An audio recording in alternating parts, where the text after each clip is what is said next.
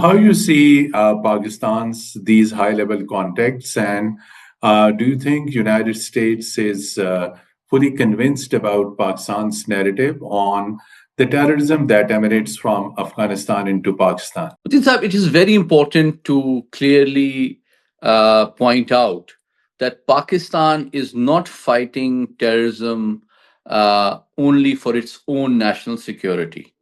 It is an international, legal, and moral obligation upon Pakistan. And Pakistan is doing it on behalf of the international community as well. Because, like the US State Department, like the report by the US Annual Intelligence Assessment, and like the report by United Nations, provides compelling proof that Afghanistan has again re-emerged as a epicenter of global and regional terrorist organizations. And the threat that they pose is no longer restricted to Pakistan. And they have active and growing influence and presence of global terrorist organizations like Al Qaeda, like Daesh. And you know very well that some Afghan citizens have been involved in carrying out terrorist activities in US capital Washington recently as well.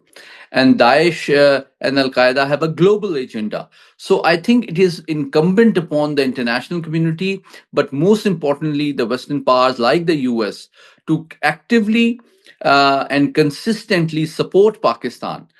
Because if this terrorism threat grows beyond this region, then the Western world can experience the wrath of this monster again.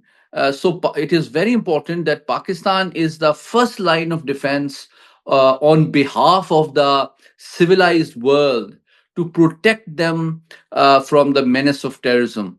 And secondly, I think it is very interesting that despite global turbulence in the world order, we clearly witness that all the existing, growing, rising, and resurgent power centers like US, like China, and like Russia, they all completely share Pakistan's concern and stance regarding Afghanistan in particular as a hotbed of global terrorist organizations.